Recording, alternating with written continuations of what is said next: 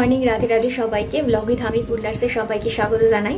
আজকে একটা নতুন দিন, নতুন ব্লগ। আর ব্লগটা আমি ঠাকুর ঘর থেকে শুরু করছি। তার কারণ হচ্ছে আজকে তো রাধা অষ্টমী। আমি রাধা অষ্টমী স্পেশাল একটা ভিডিও দিয়েছি, কি করবে, কিভাবে পুজো করবে, কি করা উচিত না উচিত। আর আমি ঠাকুর ঘর থেকে এই জন্য শুরু করছি কারণ আমার পুজো হয়ে গেছে। তোমাদেরকে জাস্ট একটুখানি রাধা মাকে দেখাবো, মাধবকে দেখাবো আর গোপুসোনাকে দেখাবো। গোপুসোনাকে আজকে আমি রাধা মা হিসাবে পুজো করেছি, ছোট্ট রাধা মা হিসাবে, কারণ আমার কাছে তো ছোট্ট রাধামার কোনো মূর্তি নেই। সেই জন্য তো দেখে নাও একবার, আমি যতটা পেরেছি করেছি। জন্মাষ্টমীর ভিডিও তো তোমরা দেখেইছো, কত কি গোপুকে করে দিয়েছিলাম। চেষ্টা করব পরের বছর রাধামাকেও নিজের হাতে অত কিছু বানিয়ে দেওয়ার, এই বছর সম্ভব হয়নি। তো চলো তোমাদের একবার দেখিয়ে দিই। দেখো,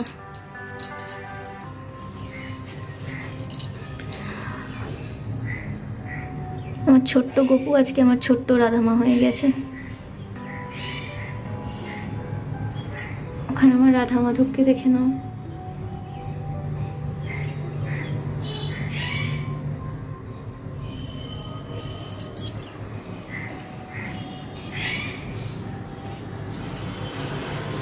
প্রায় 11:30 বাজে, আমার এখনো পুজো শেষ হয়নি। 12টা অবধি তো এমনি মানে না খেয়ে থাকতে হবে, উপোস করা আছি। তারপর 12টার পরেও দেরি আছে, তারপর উপোস ভাঙবো। তো চলো, অলরেডি তো অনেক লেট আছে। আজকে আমার একটু বেরোনোরও কথা আছে, ডাক্তার দেখাতে যাব চোখের জন্য। তো চলো ভিডিওটা দেখতে থাকো, আশা করি ভালো লাগবে। পুজোর ঘরের সমস্ত কাজ করে যখন নিচে আসলাম, আসার পরেই কিন্তু ভাত বসিয়ে দিয়েছিলাম, কারণ আমি বললাম না আমাকে একটু বার হতে হবে, চোখের ডাক্তারে দেখাতে যাব। তো ভাত তো আমার অলরেডি হয়ে গেছে। এখানে দেখো আমি মুগ ডাল বানাচ্ছিলাম। মুগ ডাল বানাতে আর খেতে আমার দুটোই ভীষণ ভালো লাগে, বিশ্বাস করো। আর রিসেন্টলি জানি না কেন, আগে মসুর ডাল ভীষণ ফেভারিট ছিল, এখন মসুর ডালের থেকে মুগ ডাল বেশি ভালো লাগছে। তো যাই হোক, ভীষণ ভালো হয়েছিল মুগ ডালটা খেতে। তারপরে সবথেকে বড় কথা, আমার মানে এখানে আমি একটু কী বানাবো, থোড় বানাচ্ছিলাম তোমার বড়ি দিয়ে। খুব সিম্পলভাবে বানাচ্ছিলাম, যেমন জিরে গুঁড়ো, হলুদ গুঁড়ো, তারপরে তোমার ধনে গুঁড়ো, গরম মশলা সমস্ত দিয়ে বড়ি দিয়ে তোমার থোড়ের তরকারি বানাচ্ছিলাম।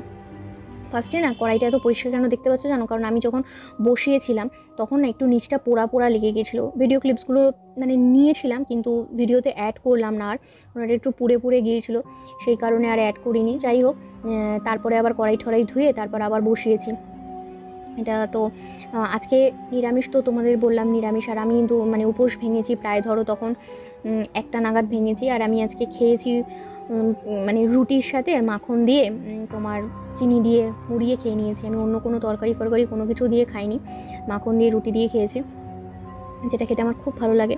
আর দুপুরবেলা এটাই লাঞ্চ ছিল আমার, এই মুগ ডাল ভাত আর থোড়ের তরকারি। তারপর বেরিয়ে গিয়েছিলাম, মিস্টার গাঙ্গুলি অফিস থেকে বিধ্বস্ত অবস্থায় এসেছে, আর আমি বাড়ি থেকে রেডি ফেডি হয়ে বেরোচ্ছিলাম তোমার চোখের ডাক্তারের কাছে যাওয়ার জন্য। এখানে দাঁড়িয়েছিলাম, বাসের জন্য ওয়েট করছিলাম। অ্যাকচুয়ালি ভেতরে না যতই একটা হচ্ছিলো না, আমার চোখের 2-3টে টেস্ট হওয়ার কথা ছিল, সেই জন্য ভয় লাগছিল। এই যে অলরেডি আমি আর ক্লিপস নিয়ে নিই, বাস টাসে করে বেরিয়ে চোখের সব টেস্ট করিয়ে ডাক্তার দেখিয়ে বেরিয়ে এখানে কাকার দোকান থেকে চা খাচ্ছিলাম আমি আর মিস্টার গাঙ্গুলি নিয়ে। আর মুখটা এত খুশি খুশি এই জন্য দেখছো, কারণ আমার রিপোর্টটা মোটামুটি ঠিক এসছে। বাট তাও চোখে একটা প্রবলেম তো রয়েছে, ধরা তো পড়েইছে, সেটার জন্য ওষুধ খেতেই হবে, দিয়েই যেতে হবে ড্রপ। আর তারপর চলে এসেছিলাম একটু মার্কেটিং করতে। তো এখানে মলের ভেতরে ক্যামেরা বলছি, দেখেছো, ক্যামেরা অ্যালাউ নয়, তাও আমি মানে চুরি চুপকে বলে না, চুরি করে করে একটুখানি ক্লিপস তুলেছি। মানে তারপরেই আবার ছেলেগুলো এসে বলছিল, ম্যাডাম এখানে ক্যামেরা অ্যালাউ নয়, প্লিজ ক্যামেরা অফ করুন। কী আর করবো, তোমাদেরকে সেটাও দেখাতে পারলাম না কি। যাই হোক, তারপর বেরিয়ে এসেছিলাম। এখানে তো আর কেউ বলবে না ম্যাডাম ক্যামেরা অ্যালাউ নয়, এটা গড়িয়াহাট মার্কেট, ঠিক আছে, গড়িয়াহাটে তো ক্যামেরা কেন, সব কিছু অ্যালাউ আছে। তো তারপর ওই মল থেকে বেরিয়ে গড়িয়াহাটের রাস্তায় ঘুরে বেড়াচ্ছিলাম। গড়িয়াহাট থেকে কেনার আমার কোনো কিছু ইচ্ছা ছিল না, যা আমাদের প্রায় শপিং হয়ে গিয়েছিল তোমার ওই মলের ভেতরে যে গিয়েছিলাম ওখান থেকেই সব জিনিস কিনে নিয়েছিলাম। গড়িয়াহাটের এখানে আমি কোনো কিছু এবছর কিনিনি, কারণ সবথেকে বড় কথা রাত হয়ে গিয়েছিলো।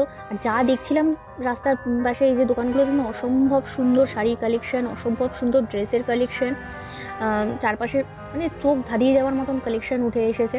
কারণ সবথেকে বড় কথা, পুজোর আর 1 মাসও বাকি নেই, তো সেই জন্য চারপাশের মানে কালেকশন ভীষণ ভালো ছিল গড়িয়াহাটে। আমি যা দেখছিলাম সেটাই ভালো লাগছিলো, কিন্তু অলরেডি তো আমার শপিং হয়ে গেছে মল থেকে, ওই জন্য আর আমি রাস্তায় কোনো দোকানের পাশে দাঁড়াইও নি, আর কিছু কেনার কোনো প্রশ্ন ছিল না।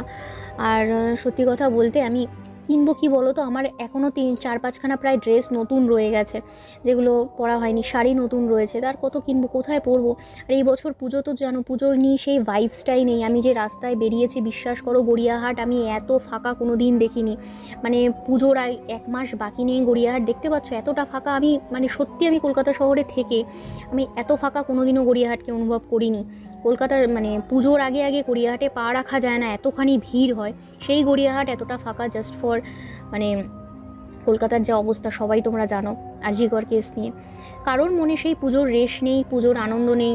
তো যাই হোক, তারপর আমি একটা খুব মানে খুঁজে একটা নর্মাল মানে একদম ধাবা টাইপের পেয়েছিলাম, যেখানে তোমার ভেজ খাবার দাবার পাওয়া যাচ্ছিলো। তো সেখান থেকে একদম ভেজ চাউমিন, মানে পেঁয়াজ সব ছাড়া ওখানে ভেজই পাওয়া যাচ্ছিলো। তো সেটা খুঁজে বার করে, যে কোনো ফুড থেকে তো খেতে পারবো না, যেহেতু রাধাষ্টমী ছিল, তো আমি তো ভেজ খাবার খাবো। সেই জন্য এটাকে খুঁজে বার করে, তাও আবার দোকানের যে মালিক ছিল তাকে 2-3 বার এনকোয়ারি করে নিয়েছি, যেখানে পেঁয়াজ কিছু ইউজ করবে না তো, কিছু নেই তো। উনি বললেন না, এগুলো কিছু দেওয়া হবে না, আপনি নিশ্চিন্তে খান। উনি আবার জিজ্ঞেস করবো কি রাধা অষ্টমীর জন্য বলছেন? আমি বললাম হ্যাঁ। তখন বলছেন না, আপনি বসে খান। তো তারপর খাওয়া দাওয়া সেরে, এখানে বাসে তো অসম্ভব ভিড়, বাস তো টোটালি ইগনোর করবো। তো রাত্রিবেলায় গড়িয়াহাট থেকেই অটো করে আমরা রাসবিহারি অবধি আসবো। রাসবিহারি থেকে আবার অটো মানে চেঞ্জ করে আমরা আসবো চৌরাস্তা অবধি। মেইন প্রবলেমটা হয়ে গেছে এই রাসবিহারি থেকে অটো করে চৌরাস্তার ক্ষেত্রে, এতক্ষণ দাঁড়াতে হয়েছে। যাই হোক, তারপর বাড়িতে এসে একটু ফ্রেশ হয়েছি, হওয়ার পরে তোমাদের সাথে গিফট মানে যেগুলো কিনেছি সেগুলো শেয়ার করতে বসেছি। বহুদিন আমার ইচ্ছে ছিল জানো তো, এই গপুর জন্য, আমি গপুর খাবার দাবার রাখার জন্য এরকম বক্সগুলো কিনবো। অনেকবার ভেবেছিলাম অনলাইনে অর্ডার দিয়ে দেবো, তাহলে মানে এরকম চলে আসবে 6-7টা করে। কিন্তু তারপরে মানে মিস্টার গাঙ্গুলি বারণ করতো যে না, অনলাইন থেকে অর্ডার দেবো না, কেমন আসবে না আসবে। তারপর ফাইনালি আমি এই সিটি স্টাইল থেকে নিয়ে এসেছি। এই বক্সগুলো আমি গপুর খাবার রাখতে পারবো, সেই জন্য আমি ভীষণ খুশি দেখে। তারপর মিস্টার গাঙ্গুলিকে বললাম যে একটা করে বার করো। অলরেডি মানে এটা হচ্ছে মানে একটা নর্মাল শপিং হয়েছে মোটামুটি, আরও প্রচুর ড্রেস নতুন রয়েছে। তো আমার সত্যি কথা বলতে না, এই বছর পুজোতে কেনাকাটি করার সেরকম ইচ্ছাই নেই, কারণ আমি মানে যেগুলো রয়েছে সেগুলো তাকে শেষ করবো না, কত কিনে রেখে দেবো বলো তো। এটা আমি আমার দাদার ছেলের জন্য কিনেছি। দাদা বৌদিকে তো তোমরা ব্লগে দেখেইছো, আমার আগের ব্লগগুলো যারা ফলো করেছো তারা সবাই জানো দাদা বৌদিকে। তো দাদার ছেলের জন্য এই ড্রেসটা আমি কিনেছি। ভীষণ ভালো লেগেছে, আমার কালার কম্বিনেশনটা ভীষণ, কাপড়টা ভীষণ সফট ছিল, সেই জন্য আমার এটা দেখতে ভীষণ ভালো লেগেছে। আর যখন মলে ধরেছি না, একসাথে দুজনে এই ড্রেসটাই হাত দিয়েছিলাম। এটা মিস্টার গাঙ্গুলির জন্য একটা শার্ট কিনেছিলাম। এই শার্টটা না গ্লসি ফিনিশের উপর, ব্ল্যাক কালারের, অসম্ভব ভালো লাগছিলো, মনে হচ্ছিলো নিজেই পরে নিই। ম্যাট ফিনিশের উপরও ব্ল্যাক শার্ট ছিল, কিন্তু এই গ্লসিটাই কিনেছি, ভালো লাগছিলো।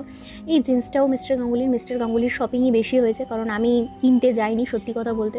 কারণ আমি ঘরের ড্রেসগুলো তোমাদের সাথে শেয়ার করবো, সেগুলোকে কিনবো, সেগুলোকে আগে ঠিকঠাক করবো, মানে সাইড মারায়, মানে সাইড ফিটিং করাগুলো করে তারপর ওগুলো সব নতুন রয়েছে।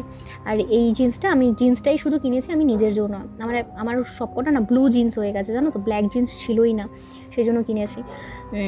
মানে পুরনো হয়ে গেছিলো ব্ল্যাক জিন্সটা। এই শার্টটাও মিস্টার গাঙ্গুলির জন্য কিনেছি, এই চেকটা আমার খুব ভালো লেগেছে। আর এই শার্টটা আমি দাদার জন্য কিনেছি, একই রকম দুজন, প্রায় একই রকম সেম দুজন পরবে, ভালো লাগবে দেখতে। আর এখানে তোমার কি বলে, আমাদের জন্য পারফিউম কিনেছিলাম। ব্যাস সিম্পল মার্কেটিং করা। একদম বিধ্বস্ত অবস্থা আমার। অনেক প্রায় রাত্রিবেলা বাড়ি এসেছি, 10:30টার সময় এসেছি। আসার পরেই বাথরুমে ঢুকে একবার স্নান পান করে তারপরে গপুর কাছে গিয়ে গপুকে খেতে দিয়েছি। খাওয়া দাওয়া করিয়ে গপুকে ঘুম পাড়িয়ে তারপর এসেছি। এসে আবার কালকে মিস্টার গাঙ্গুলির অফিস যাবে, তো ও সকালের ব্রেকফাস্টের জন্য কিছু রেডি করে রেখেছি।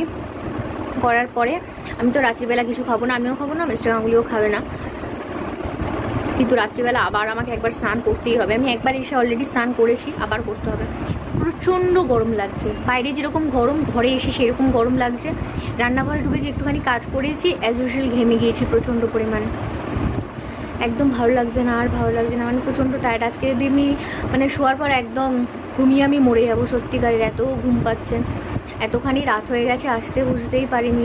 অ্যাকচুয়ালি অটো পাচ্ছিলাম না, বাসে তো ভিড়, সেজন্য বাসটাকে তো অ্যাভয়েডই করি, মানে বেশিরভাগকে আমি একটু রাত হয়ে গেলেই বাসটাকে অ্যাভয়েড করি।